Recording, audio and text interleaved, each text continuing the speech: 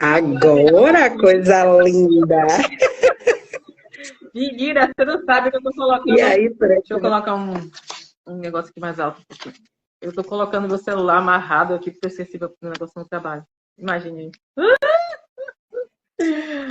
Ai, eu tô fazendo uma maluquice aqui, mas vai dar certo. Tô equilibrando ele. Tem que dar Cadê? certo. Tem que dar certo. Enfim, boa noite. Boa noite, coisa linda. Antes da gente iniciar, deixa eu falar um pouquinho sobre a minha satisfação de estar aqui. Eu quero dar boa noite para você, eu quero dar boa noite a todas que estão aqui presentes. Eu quero falar do prazer imenso que é de te receber, né? Do nosso primeiro bate-papo assim, né? Porque a gente só conversava pelas redes sociais e dizer o quanto eu te admiro enquanto pessoa, enquanto mulher, e dizer que você é grandiosa. Esse é o nosso primeiro projeto, a nossa primeira live do projeto com Mulheres com Histórias que Inspiram. E quando o Jaime sentou para conversar comigo, eu disse para Jaime que eu queria que fosse você. Aí Jaime disse, Jaime trouxe um outro nome quando a gente estava conversando. Aí eu falei para ela que eu queria que fosse você pelo pouco da sua história a qual eu conheci. Pela história da capitã a qual eu conheci, que mostrou a Salvador que a polícia militar, ela pode fazer um trabalho transformador nas vidas, dentro das periferias. Né? E é possível. Quando você tem amor, quando tem vontade, força de vontade, querer, desejo, tudo é possível. E você mostrou que é possível, né? E eu queria que outras pessoas que não conhecem Sheila, que não conhecem a história de Sheila, conhecessem. Falei para ela que você foi candidata a vereadora, né? Ainda ajudava na divulgação, pedia voto para algumas pessoas de Salvador. Mas nós, enquanto mulheres, a gente precisa ocupar espaços. E principalmente espaço de poder, né? E eu trouxe você aqui. É isso, eu trouxe o seu nome, você foi convidada para que você trouxesse isso, para que outras mulheres entendessem que se Sheila consegue, elas também conseguem. Se Sheila pode, ela também pode. Né? Porque nós estamos... Isso, nós estamos aqui para abrir portas. Tem muito isso também, né? Se eu posso, você também pode. Depois eu comecei a refletir um pouco mais sobre isso e disse, não é bem assim. É preciso ter oportunidade. O que eu posso, você também pode, mas quem segurou a porta para você passar, vai segurar a porta para que eu passe? Com certeza, tem que segurar, né? Talvez não segure, né? Se não tiver o mesmo sentimento de consciência coletiva, né? De cuidado com o outro, enfim. Mas eu acredito que sim. E assim, você trouxe uma questão importante, que nem sempre vai segurar mesmo, não, também, viu? Depende muito da pessoa. Infelizmente, é uma realidade. Mas a maioria segura, eu acredito. Tenho fé na maioria. Isso. Nós estamos aqui, eu digo que nós estamos aqui para construir uma rede de apoio para apoiar outras mulheres. Esse é o nosso papel. Então, nós estamos aqui para entrarmos e segurarmos a porta para que outras mulheres possam passar. Exatamente. Como nós dois estamos aqui numa sala de bate-papo da loja Marisa, que é de mulher para mulher, nós estamos aqui para conversar de mulher para mulher, de mulher para homem, né? De mulher para menino, de mulher para menina.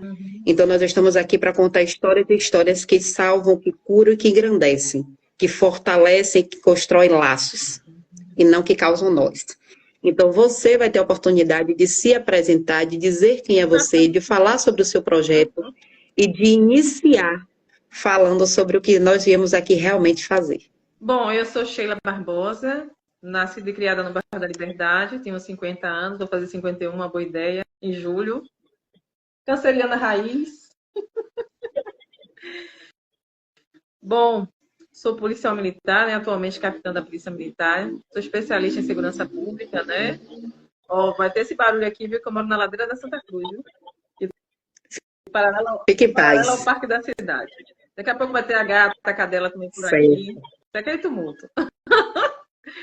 Sim, sou especialista em segurança pública, né? Prevenção da violência, segurança pública e cidadania. Também prevenção da violência. Especialista em direitos humanos. E por aí vai um bocado de coisa que eu gosto de estudar, viu? Atualmente trabalho no Departamento de Polícia Comunitária e Direitos Humanos. Eu acho que a gente não pode parar nunca, né? Tem que estar estudando sempre, pesquisando sempre. Hoje eu estou fazendo mestrado em neuropsicologia, que eu estou me preparando para a minha reserva. Preparando, iniciei essa semana.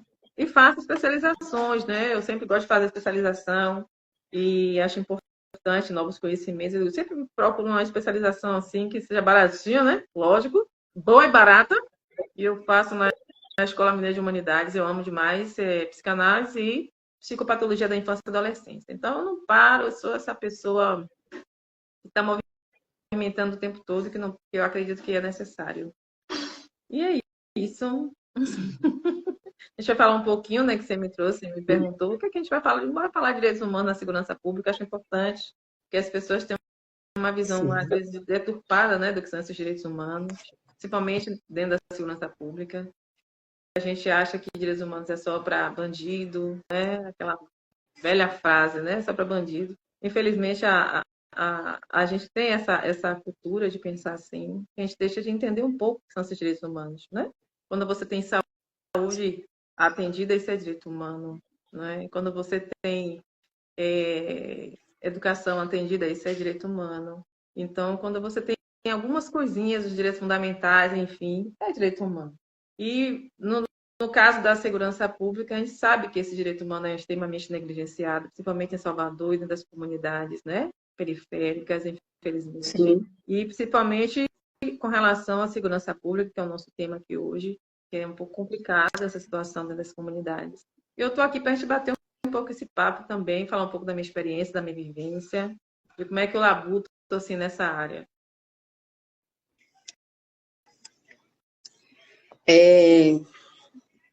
Eu tenho um monte de perguntas, você viu, né? Eu tenho um monte. E aí eu vou dar um norte para que a gente dê início ao seu discurso. Qual o papel dos direitos humanos na construção de uma segurança mais justa e eficiente? Daí sinta-se à vontade. Antes de eu responder sobre isso, eu quero agradecer a todo o coletivo, a você, né, Elane, e o coletivo Dolores pelo convite. Já ia me esquecendo desse principal. Acho que é importante quando você me convida para falar e reverberar sobre diversos, seja lá sobre qual tema for, é que você confia e acredita em mim, e como você já trouxe no começo. Isso é extremamente importante para potencializar o nosso trabalho. E eu espero que esse coletivo dê voz e vez a diversas mulheres que estão aí invisibilizadas, não é? Que estão aí sem oportunidade e que vocês possam trazer pessoas aqui para que a gente possa acompanhar, conhecer um pouco do trabalho. E agora eu vou lhe pedir que você repita a pergunta. Você sabe por que o coletivo convidou Sheila, a capitã, para estar aqui hoje com a gente? Nós somos colocadas como se fôssemos uma coxa de retalho, né? Então, cada uma de nós trazemos um pedaço de cada uma de nós para fazermos a construção do nosso coletivo. E quando a gente conhece Sheila, conhece a história de Sheila, quando a gente entra no Instagram, que vê aqueles vídeos que Sheila narra, e minha pedra, sabe? Esqueça de falar que a gente vê um pedaço do... Isso. A gente vê um pedaço do coletivo em Sheila, sabe? É por isso que Sheila está aqui hoje. Voltando para a pergunta, qual o papel dos direitos humanos? Se identificando com a gente, né?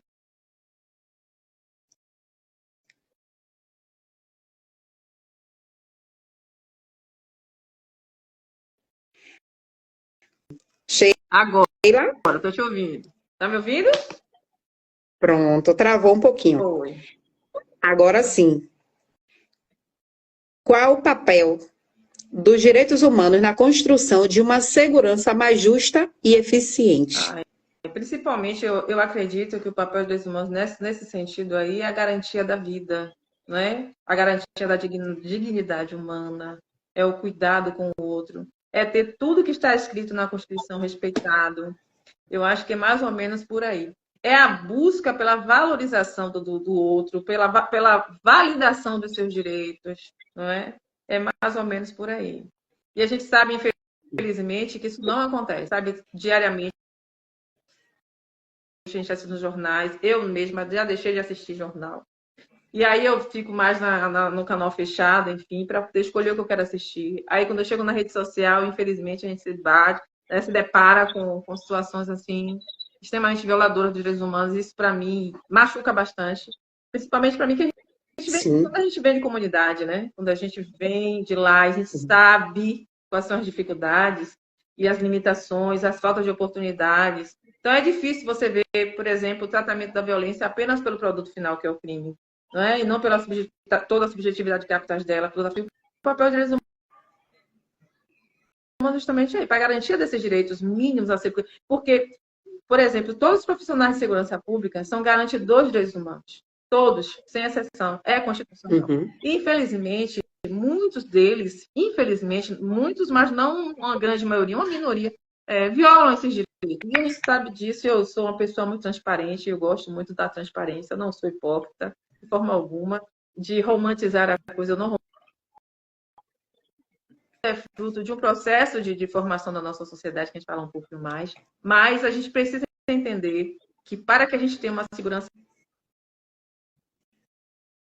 humana de verdade, é preciso se reformular, com certeza, a política de segurança pública nesse país. Não é? E a gente, porque é essa política de segurança pública que tem que garantir esses direitos humanos. São esses servidores que estão lá à frente, não é? Para garantir esses direitos humanos. E, infelizmente, o Estado viola. Eu não condeno nenhum policial militar, nenhum policial civil. Eu não condeno nenhum profissional por segurança pública. Eu realmente condeno o Estado e todo o processo de formação da nossa sociedade.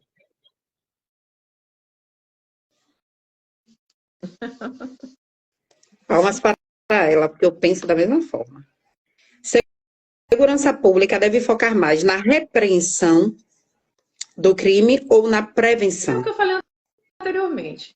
Quando você foca na repressão, é porque você está tratando a violência apenas pelo produto final, que é o crime. Ah, o cara roubou, entendeu? Levou, o cara matou, o cara fez violação. Qualquer atentado ao outro indivíduo. E a gente não começa a pensar,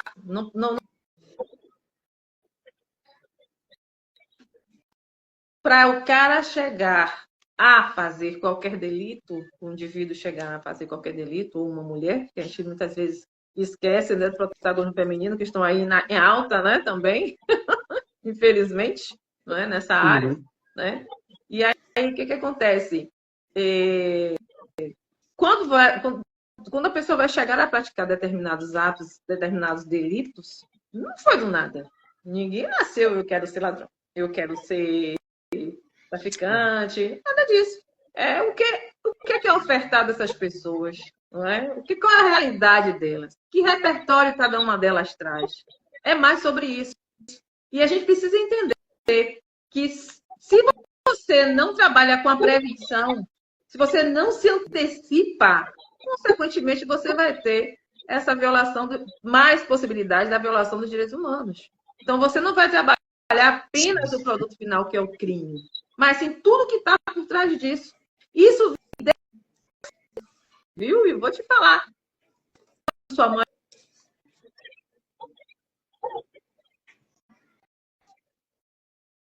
Agnésia da Silva. Dona Cessé.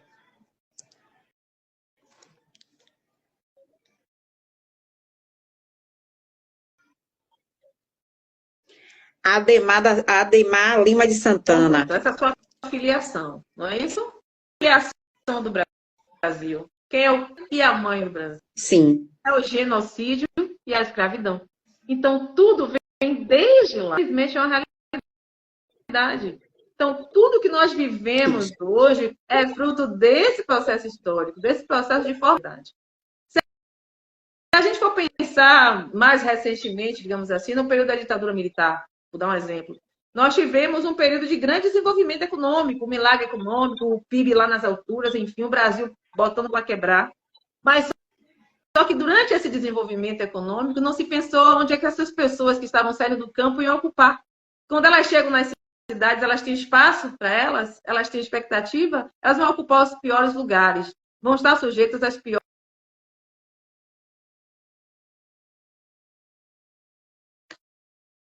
Deixa eu voltar. A internet está oscilando. E agora, você ouviu até que parte?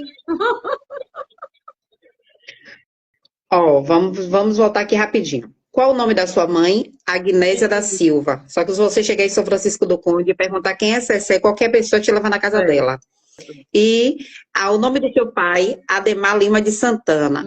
Você entendeu que tudo isso são questões históricas? Isso aí vem desde a escravidão? Exatamente. Eu falei que a nossa filiação, que é o pai do Brasil, é o genocídio. Que é a mãe do Brasil, é a escravidão. Então você tem aí todo um processo histórico de abandono, efetivamente, das minorias. Aí eu trouxe para a nossa, digamos, né, mais próxima que nós estamos, né? Tivemos o que na ditadura militar? Nós tivemos Ai, meu Deus, está cortando. Tá me ouvindo agora? Vou fazer o seguinte, eu vou trocar de celular, que pode ser que seja o celular. Eu estou te ouvindo muito bem. Então, ótimo. Então, vamos continuar. Então, assim, quando você teve na ditadura militar, nós tivemos um milagre econômico, o PIB lá em cima, enfim. Mas essas pessoas que saíram do campo para trabalhar nas cidades, elas não tiveram um acolhimento devido. Não se pensou nessas pessoas. E elas, muitas ficaram marginalizadas. Então, você percebe que tudo que acontece hoje tem uma razão de ser. Quando você chega na nossa redemocratização, a gente chega na nossa redemocratização, né, que sai o período militar e chega a redemocratização, você tem aí policiais, homens e mulheres, que se tornam policiais de seus estados, né, continuam policiando seus estados, só que eles saem de uma ditadura militar e vão direto para ser policial do estado. E não houve uma, digamos assim, uma formação para essas pessoas. Então, tudo que a gente vive hoje é fruto dessa nossa redemocratização. E por que não dizer dessa nossa democracia inacabada, não é? Porque quando você tem uma democracia de verdade, você não tem questões como essas acontecendo. Eu costumo dizer que o Brasil é uma democracia em construção. A gente não é uma democracia efetivamente. Porque se nós fôssemos, o que está escrito estava validado, na verdade. Então a gente tem aí diversas situações, problemas, que a gente tenta, de alguma maneira, trazer essas reflexões para as pessoas. E muitas vezes elas resistem. E elas validam coisas do tipo bandido bom é bandido morto. E a palavra antecede ao ato. Quando você repete demais, você naturaliza a violência, você naturaliza a barbárie. E é isso que acontece, infelizmente, no nosso país. É por aí. Maravilhosa, deu uma aula de história. Um pouquinho. Por que investimos mais em armas e prisões do que em escolas e em professores? Simples. As pessoas acham que, por exemplo, se eu comprar mais armas, eu vou equipar mais a polícia. Na verdade, eu compro mais viaturas, eu compro mais armas, eu equipo mais a polícia. O número de ocorrências vão diminuir. Isso tudo é uma falácia, não é? Isso tudo é uma falácia. Vou dar aqui falar aqui de uma coisa que eu sempre observo. Tem uma determinada região, que eu não posso falar o nome, que as pessoas acham que o crime lá está altamente controlado. Só que eu sei que não está. Porque o silêncio da comunidade e a falta de ocorrências não significa dizer que você está controlado no lugar. Muitas vezes é porque a comunidade está oprimida, não é? Muitas vezes não tem confronto entre facções, e aí você não tem ocorrências, registros de ocorrência da delegacia. E aí acha que tu não tem registro, é porque tá bom. Mas isso não é verdade. Existem comunidades que você não pode ir a uma delegacia, que a briga de marido e mulher, quem resolve é o traficante. Entende? Então, nem sempre você não ter ocorrências registradas significa dizer que você está tendo uma segurança efetiva naquela região. E muitas vezes, quando você tem muita ocorrência, muita correria, é porque realmente a coisa está acontecendo, a comunidade está denunciando, as pessoas estão falando o que está acontecendo, estão indicando, estão se aproximando da polícia, seja ela civil ou militar, enfim. É sobre isso. Então, não se investe tanto em armas, ou melhor dizendo, não se investe tanto em educação, porque não dá dinheiro, pô. Não dá lucro, não dá visibilidade. você não consegue perceber algo meio simbólico. Você não consegue perceber os números. Entendeu? Aí, quando você chega, que você vai fazer uma entrega monumental, as pessoas estão vendo, não é verdade? Não se investe direito na educação, Sim. mas na hora que vai comprar os ônibus, faz toda aquela apresentação dos ônibus, né? Assim. A educação não está um desastre, mas os ônibus são importantes, são. Mas a gente precisa entender que as políticas públicas elas precisam de verdade ser efetivas. O problema, muitas vezes, está aí também, né? No ciclo da política, as políticas públicas, né? Você identifica um problema, sim, aí você vai seguir todo o ciclo para poder resolver. Aí você vai, identifiquei o problema. Qual a sua estratégia que eu vou utilizar? Eu posso utilizar a estratégia A, B ou C. Eu vou escolher uma delas. Pronto, escolhi. Eu escolhi a estratégia B. Pronto, agora eu vou planejar essa estratégia, né? Como é que eu vou aplicar isso lá para resolver aquele problema? Planejei, defini um projeto que a gente vai fazer isso aqui. Pronto. Chegou aqui, eu vou aplicar. Só que de lá de cima, quem pensou a política pública, quem vai aplicar aqui embaixo, minha amiga, muita água já rolou, muita coisa já aconteceu e muita coisa que deveria ser efetivada não é efetivada. Não é? E para tudo isso, essa política pública ela não é avaliada. Sabe? Ela foi colocada lá e não se avaliou. Se ela foi boa, se ela foi ruim, se melhora, se piora, se tira, se deixa. São coisas desse tipo. Eu costumo dizer que na área da segurança pública, o que não dá certo, o que inventam para poder só fazer propaganda, é figurança pública. Eu digo sempre assim, não, estão fazendo uma figurança pública aí. Eu canso de dizer, eu não faço figurança pública. Se não for para ter resultado, não me chama, que eu não vou. Então, não se investe, infelizmente. Trabalhar sem resultado positivo para quê, né? Não é interessante. E nem vale a pena. Deixa eu te falar uma coisa. Eu quero mandar vários beijos. Tem muitas rainhas que entraram aqui, pessoas que eu amo, sabe? Que fazem parte do meu convívio, pessoas que ganharam meu coração assim que entraram na minha vida. Tipo Geisalina, que está aqui tecendo elogios para você, porque você é maravilhosa. Que é minha nutricionista, minha amiga do coração. Fabiana, que está aqui quietinha, caladinha, mas está te assistindo e eu já vi que ela está aqui. Raime, que é a idealizadora do projeto, do coletivo. Ela é a mãezona, é a rainha. Não consegui marcar também. Ela no Instagram, mas segui. Eu tentei marcar algumas vezes e não consegui. Não sei o que aconteceu. Tá aqui tecendo elogios para ti, sabe? E eu quero agradecer imensamente a todas vocês que entraram e saíram, sabe? Que estão. Cleila Moreira, nem te conheço, mas Jesus te abençoe. Vamos lá, tem uma outra pergunta. Por que a cor da pele ainda influencia na abordagem policial e no acesso à justiça no Brasil? Minha amiga, essa pergunta é bem óbvia, né? Como é que nós nos estruturamos? Não é? Esse país é estruturado em quê? Em cima do quê? Do racismo, infelizmente. Então não será diferente enquanto a gente não tiver um letramento racial efetivo, mas isso desde a tenra idade. Não é? Existe uma lei chamada Lei das Competências Socioemocionais, que trabalha desde o primário, né? Desde o ensino fundamental 1. As competências socioemocionais, uma delas é a empatia, enfim. E se você procurar saber nas escolas se essa lei é aplicada, você vai achar que não.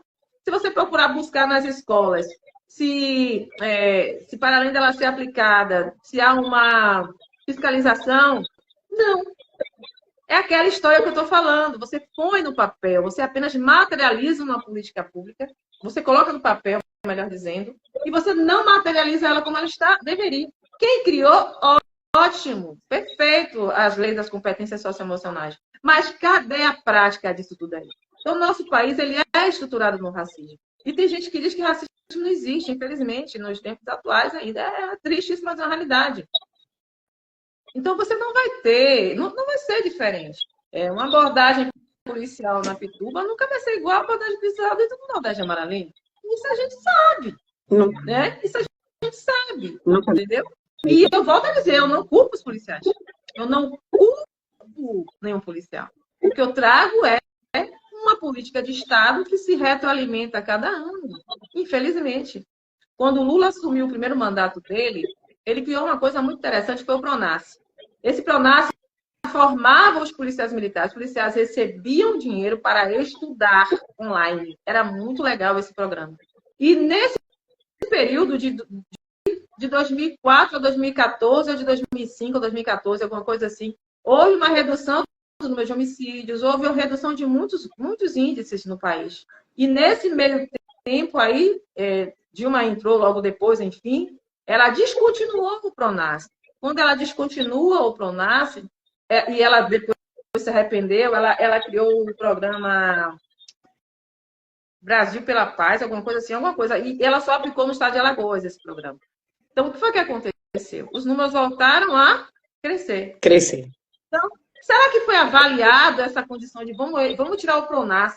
Será que isso foi avaliado de forma correta? Quando ela tentou voltar atrás desse processo todo, ela já tinha sido impeachmentada, já estava na iminência de ser impeachmentada, não é? E aí a gente vê, depois dela...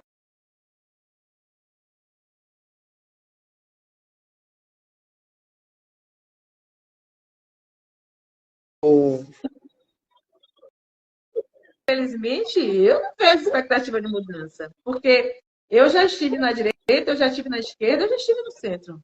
Eu transito, eu costumo dizer que, Sheila, você não tem partido, eu digo, veja bem, a questão não é não ter partido. A questão é ser franca e sincera. A mulher ao se candidatar, ela tem que entrar num partido que mais lhe dê possibilidade de vencer. Porque não é verdade que todo mundo lhe quer. É mentira. Seja um partido de esquerda, de direita ou de centro. Ninguém lhe quer que não seja para potencializar a chegada de mais homens. Porque a cada mulher, 2 homens. E eles têm que cumprir uma cota. Então, a primeira vez que eu me candidatei, minha casa parecia o TRE. Toda hora chegava um grupo de um partido me convidando, me achando importante, eu toda besta. Eu, poxa, todo mundo aqui em casa querendo que eu me candidate. Mentira! Quando eu entrei, que eu fui entender como é que o sistema funciona. Não é verdade. E se você perceber, olha as vereadoras que estão aí, se não são as mesmas de sempre. Eu estou mentindo? Eu não.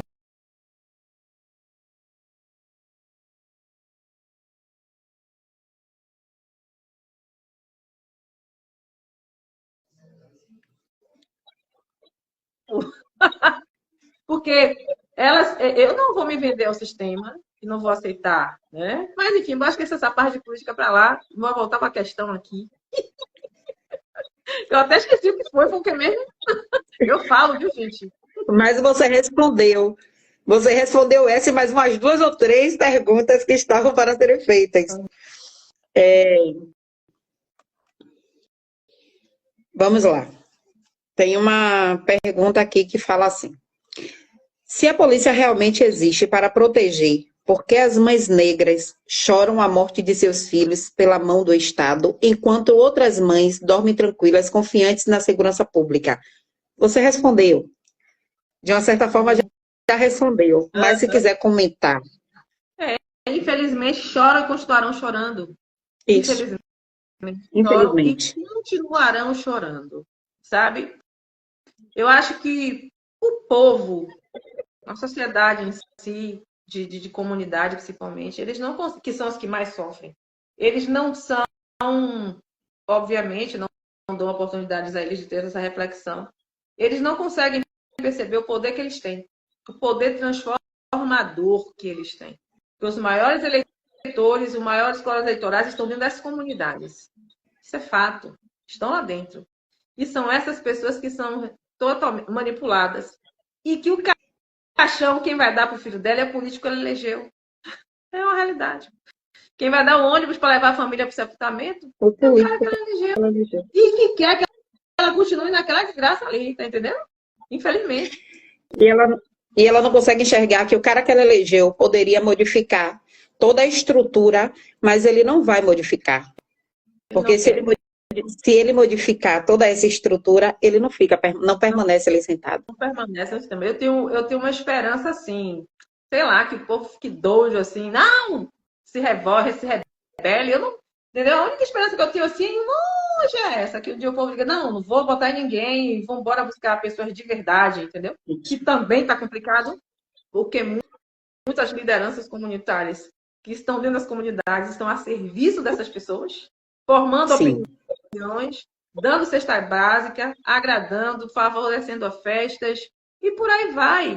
E os sites, antigamente a imprensa, ela controla, né? A imprensa ainda controla, obviamente, somente Sim. na TV, era só na TV. Hoje os sites, se você percebeu, os sites de fofoca, cada um pertence a um político, a um grupo. É complicado, meu irmão, o negócio é complicado. Eu costumo dizer o seguinte, eleição hoje em dia se você compra votos, que isso é real, não estou mentindo, todo mundo sabe disso, Sim. ou você é um Jorge Araújo da vida.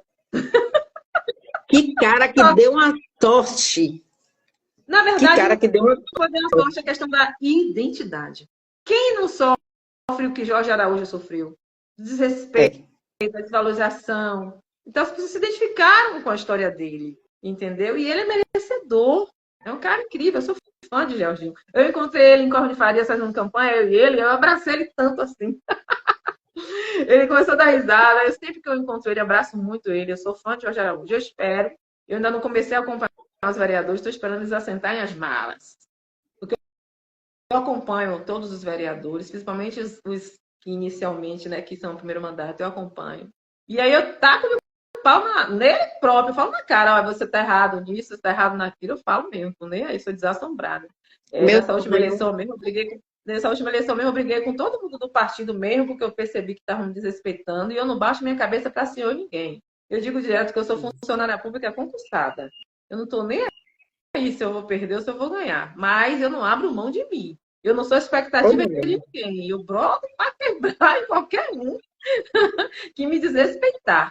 Não quero nem saber. Você fala de você, que é concursado, e eu que era reda, e eu não abaixava a cabeça para ninguém nem abaixo. Não é isso aí. Me conte. Eu tive grandes guerras quando fui professora de matemática durante muitos anos. E no começo da minha trajetória como professora de matemática, minha amiga, eu já tinha um reforço escolar, eu já tinha uma certa autonomia, digamos assim, financeira. E eu ia para a escola ensinar porque eu queria ensinar. Não era porque eu precisava daquela grana ali. E eu digo, não, eu vou lá ensinar e tal, não sei o quê. Eu quebrava o pau com a diretora de escola, eu pintava mesmo. Comigo era assim, que quis ir aprovar o aluno, porque não sei se hoje está assim, mas naquela época, aprovava o aluno para poder ter uma cota maior de grana da escola. Um absurdo. E eu comecei a ensinar muito nova, com 14 anos de idade. Eu sabia que era possível transformar o aluno do 0 a 100 rapidinho. Eu sabia que era possível, era só trabalhar. Por isso que eu virei psicóloga, porque eu percebi que eu conseguia transformar a vida dos alunos. Aqueles alunos que diziam que não queriam tirar uma nota boa, que não queriam tirar um 10. Eu fazia tirar 10 no meu reforço escolar. Então eu dizia, não, você pode, você é capaz. Eu vou te dar os meios para isso. Então o nome do reforço era altas horas, a gente ficava estudando o dia todo e tal. Então eu ia para a escola ensinar, mais conforme, digamos assim, entendeu? Mas a minha vibe era estar no meu reforço escolar ensinando. Então, eu cheguei numa escola que era no São Cristóvão do Aeroporto, e eu pegava aquele buzu, se era aeroporto, eu levava mais de hora para chegar lá, para dar minha aula, chover se eu fizesse sol, e a professora, a diretora, queria que eu aprovasse a aluna. Eu digo, não, eu não. Está escrito em alguma lei, eu era retada para pesquisar, está escrito aonde? Onde está escrito que eu vou aprovar o aluno, mas se não tiver escrito, não é como a senhora quer. Quem manda na minha disciplina sou eu. Que maravilha. Sheila, o homem da minha vida entrou aí agora, um dos homens da minha vida, porque eu tenho 3 homens na minha vida, sabe? Mateus, Antônio e Elali. Mateus, Antônio e Bernardo, os homens. Né? Antônio é meu filho, Mateus meu filho, e Elali, Bernardo é meu neto. Elali é minha filha. Antônio, seja bem-vindo. Tem uma pergunta, Sheila, muito... Bora ver lá como é que você vai me responder essa pergunta. Como garantir que as mães negras tenham seus filhos protegidos em um sistema que historicamente enxerga corpos negros como alvos principais? Como garantir, né? Boa pergunta. Como garantir que tem os corpos negros? Não sei. Não tem como garantir isso. Isso a gente precisa ser sincero. Sim. Como é que a gente vai garantir isso? Num país como o nosso, que trabalha... Eu também falo que é meio difícil essa garantia. Eu falo que é meio complicado essa garantia dentro do nosso país pelo fato de o seu filho, ele estuda, ele faz medicina. Mas o filho da branquinha, quando chega dentro da sala, que o seu filho negro está lá dentro para ser atendê-la, ela se nega a ser atendida pelo médico negro. E ainda pergunta se você verdadeiramente é médico, né? Aqui dentro da minha cidade, eu fui trabalhar em um setor, eu fui trabalhar em um lugar que tinha muita gente de fora e me pediram para eu escolher onde eu queria trabalhar e eu disse, eu quero trabalhar em tal lugar. Não sei nada desse lugar, mas eu quero trabalhar nesse lugar. E quando eu cheguei lá, a pessoa que me recepcionou, a pessoa que era chefe na época, ele perguntou o que você entende de tal setor. Eu disse nada. Ele, como que não entendi nada se você estudou? Eu disse, eu não entendo nada. Eu entendo o que foi dado dentro da universidade, que é completamente diferente da maneira que as coisas funcionam aqui dentro. Então, eu não entendo nada. E essa foi uma conversa somente eu e ele. Depois ele me levou para conhecer a galera lá, né? E umas duas pessoas olharam para mim. Ela é psicóloga? Ela vai trabalhar aqui? E ela sabe fazer alguma coisa? Então, comentáriozinhos que a gente escuta entre um e outro de cantinho, mas que fazem questão de fazer esse tipo de comentário para que a gente ouça, para que a gente escute, né? Se você é Porque preta, desvaloriza, entendeu? Por ser preta. Isso, cabelo duro. A menina que vendia geladinho na caixa de isopor, que o povo aqui da cidade falava e questionava e reclamava. Porque ela, metida, tirada, que sobe e desce de nariz em pé, vendendo geladinho na caixa de isopor, como se trabalhar fosse tirar a dignidade de alguém, na realidade, preenchia Elane de dignidade. Porque para mim, trabalho, minha filha, eu não corro de nenhum deles. Né? Se é para trabalhar e é para ganhar meu dinheiro, honestamente, eu estou aqui para trabalhar. Mas para as pessoas de dentro da nossa sociedade, ainda é motivo de a cor da sua pele, independente do que você tenha estudado, do quanto você tem estudado, do quanto você tem se esforçado para sair daquele lugar que alguém te viu e te conheceu um dia. E aí, quando você chega lá na frente que você se depara com essas pessoas, elas te prejulgam pelo que elas acham que conheceram de você em algum momento na vida.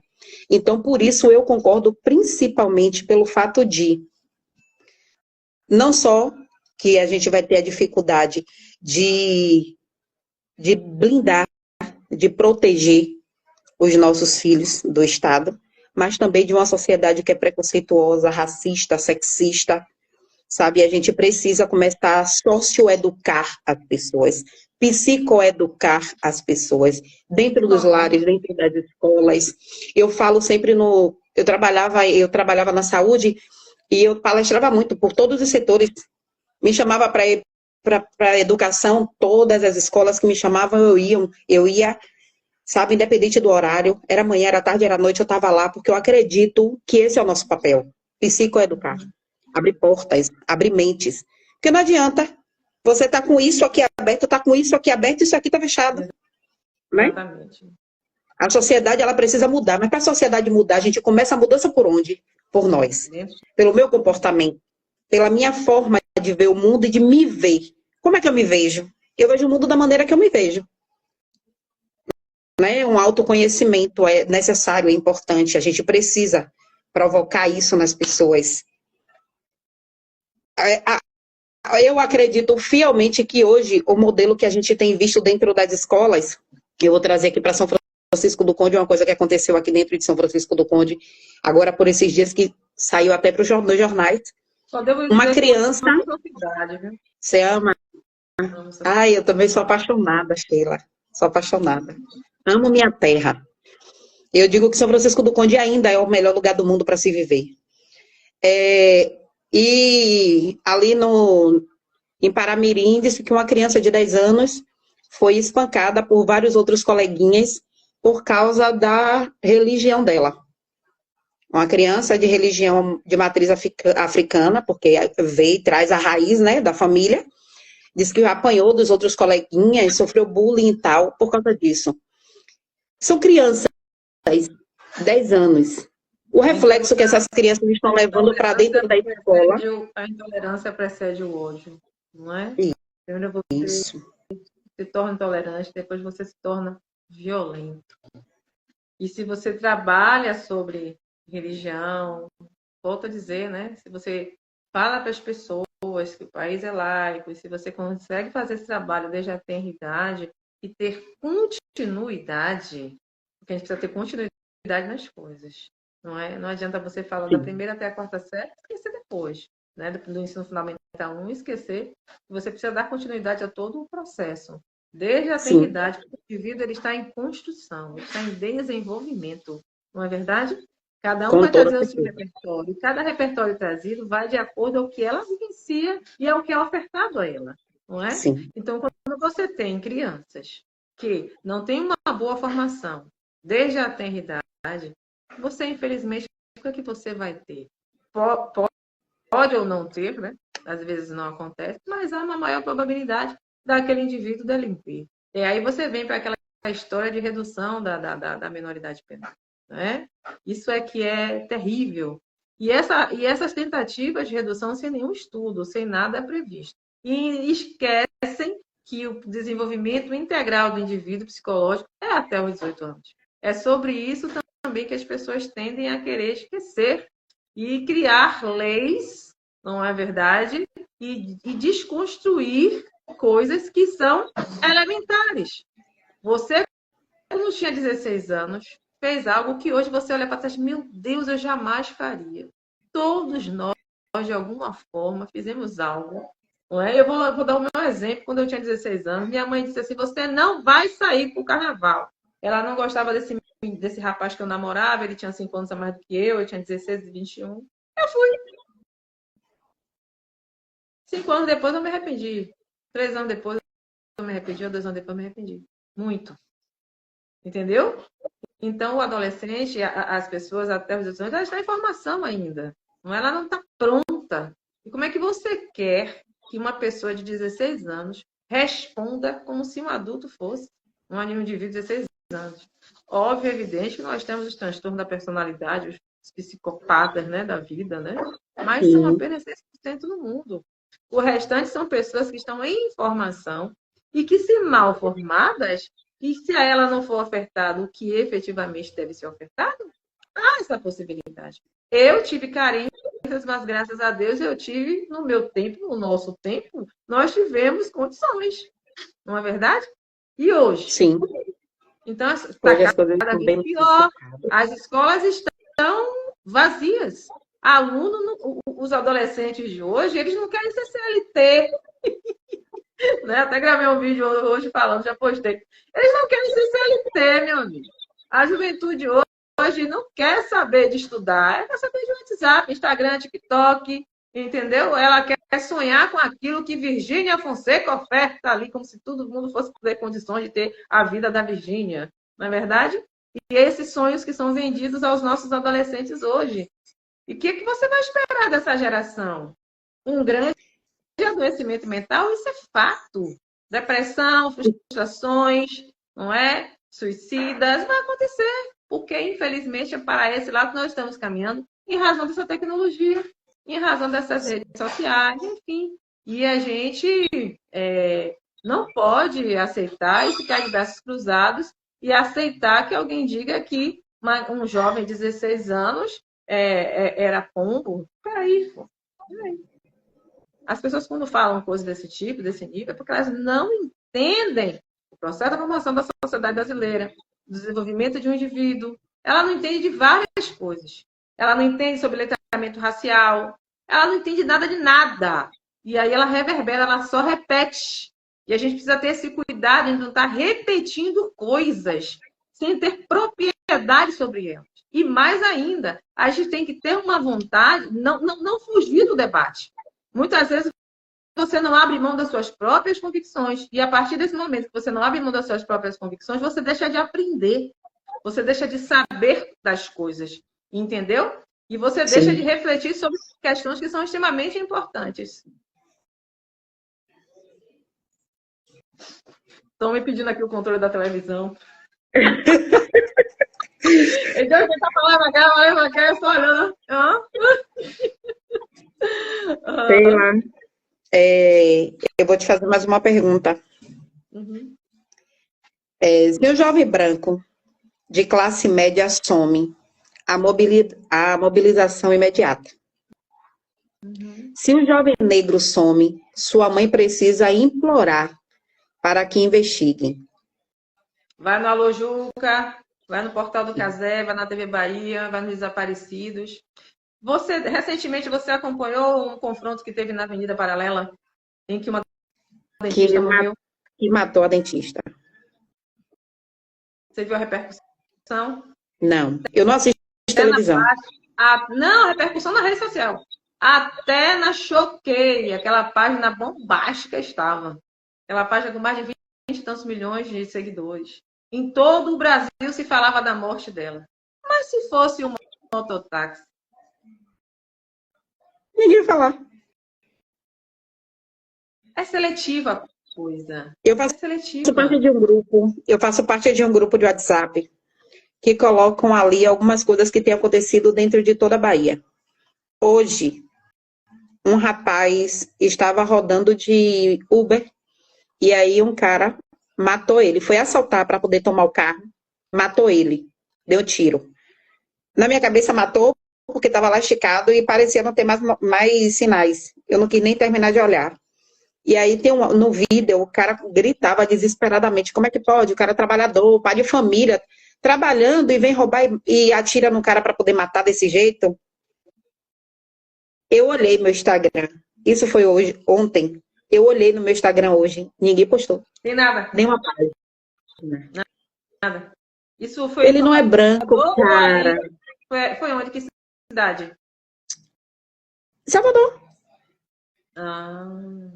Ele não é branco. Eu vou procurar e vou mandar para você pelo WhatsApp. Eu acho que ainda tem aqui no meu celular. Eu vou procurar o vídeo e vou te mandar pelo WhatsApp. Ele não é branco. Ele não é de família nobre. Não é dentista. Uhum. Não é médico. Sabe, não é advogado. Exatamente. Não tem por que mobilizar. Infelizmente, nós escolhemos por quem clamar. Aí você veja que pegaram as fotografias dela, a fotografia ser bem bonitinha e tal, colocaram. Se fosse postar alguma coisa, pegava qualquer foto, escrachava.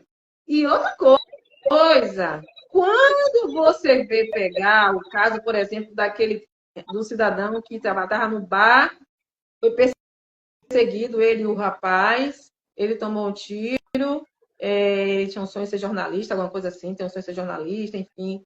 Aí ele foi pro programa de Mais Você. Mas não se iluda que a Globo não chamou ele porque queria ele lá, não. Porque, infelizmente, quem está mandando no mundo hoje são as redes sociais. Eu preciso de audiência. Quem tem audiência agora? Não é? É quem eu tiro das redes e coloco lá. Se uma Você está tendo muita movimentação nas redes, eu tenho que trazer para aqui. Se um extrematos da vida faz uma cirurgia e dá errado, ela está lá no Mais Você. Ela foi entrevistada ao vivo na época. Você tá entendendo como é que é o negócio? Então, sim. Não venha para cá pensando que a Globo ou qualquer outra emissora está preocupada, não. Quer o Ibope, quer a movimentação. Você vê o que estão tentando fazer aí com a minha colega Aline aí, que para mim, polícia, uma vez polícia sem polícia. Estão tentando desqualificar o tempo todo. Eu não estava acompanhando 100% por conta de muita demanda. Minha vida está corrida demais, é mestrado, é especialização, é trabalho, é casa, foi carnaval, então eu não estava acompanhando. Eu comecei a ler todas as páginas de fofoca, comecei a acompanhar tudo e eu percebi que eram sempre as mesmas pessoas ali que travaram um combate perverso. Porque antes você tinha um comentário, fora fulana, fica fulana. Hoje não. Hoje você tem ataques desqualificando as pessoas, chamando de maluca, de desequilibrada, como se todo mundo soubesse o que é estar ali dentro daquela casa. Né? Se todo mundo esquece que mulher tem TPM, todo mundo esquece, por exemplo, que a Aline malha, que deve estar com diversas carências ali dentro relacionadas a questões nutritivas também, que passa dificuldades, e tudo isso afeta o indivíduo. E ela, como já é para frente, fica mais potencializado. Eu faço parte com toda certeza. Eu faço parte da torcida organizada dela no grupo de WhatsApp. A gente está movimentando bastante, a gente passa a noite voltando. Hoje mesmo eu vou voltar até as horas e vou voltar mesmo, entendeu? Fora a Mike, viu, pessoal? Fora a Mike. Então eu vou voltar. Porque se ela fosse... Olha como estão tentando trazer a branca, a bonita, o padrão, a bailarina.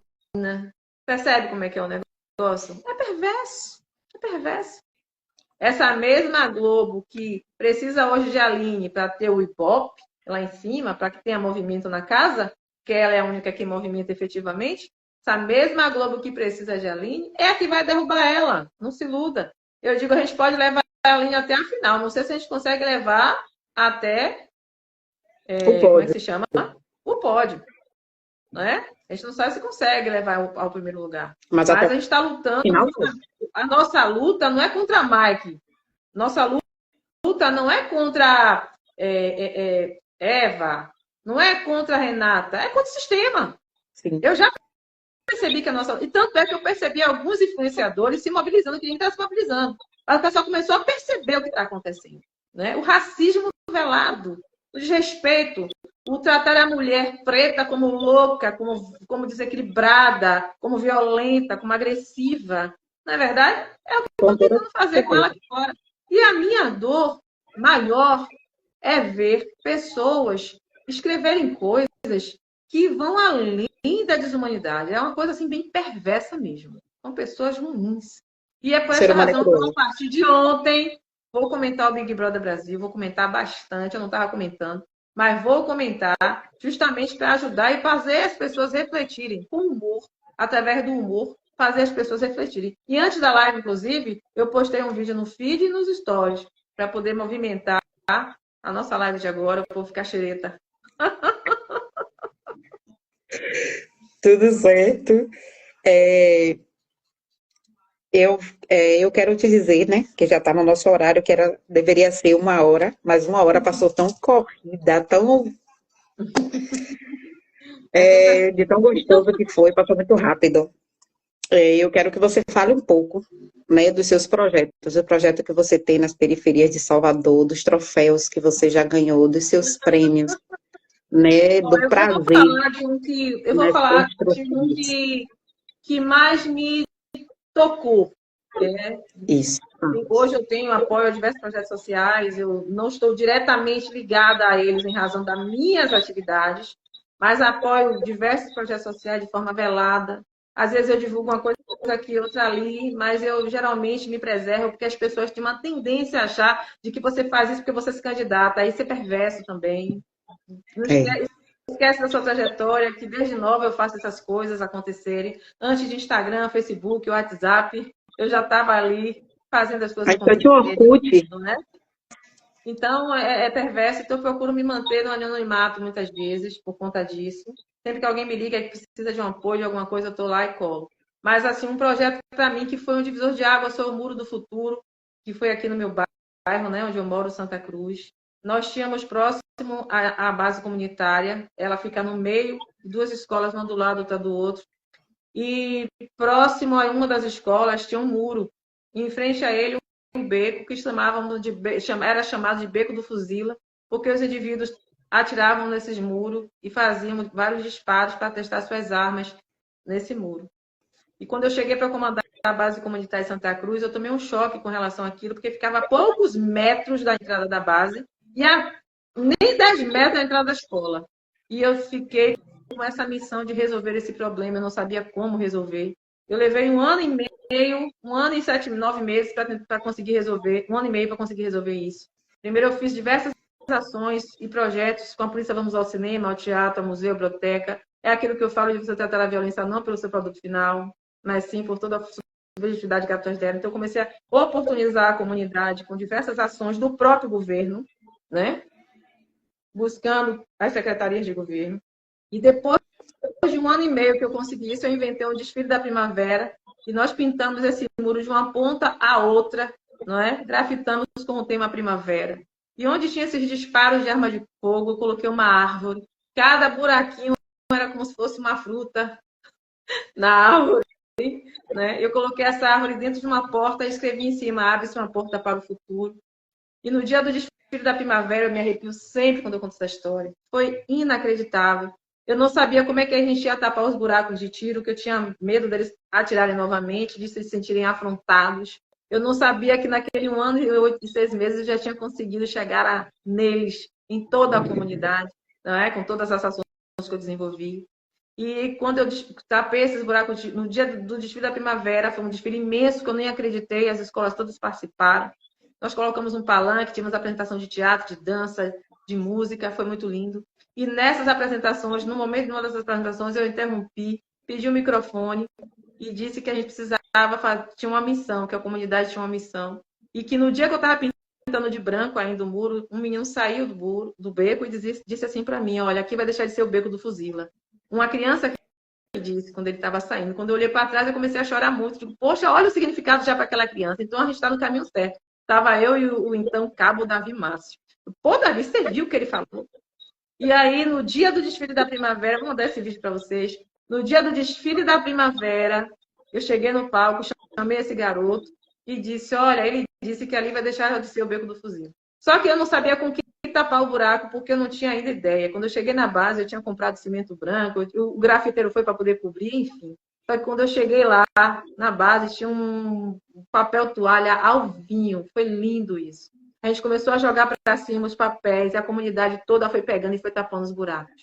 Foi a coisa mais incrível que eu vi na minha vida, profissionalmente falando. Você tinha cadeirante tapando buraco, você tinha perna de pau, você tinha polícia, você tinha velho, você tinha criança, você tinha idoso, você tinha criança, você tinha todo mundo junto, todo mundo queria encher um pouquinho o buraco, dos buracos, e depois o grafiteiro foi e saiu cobrindo tudo. Foi lindo. Então, para mim, eu acho que para mim foi... E esse muro depois virou muro Sheila Barbosa, né? Eu recebi essa homenagem na Globo em 7 de janeiro de 2018. Fui homenageada na Globo, no programa Lazinho com Você.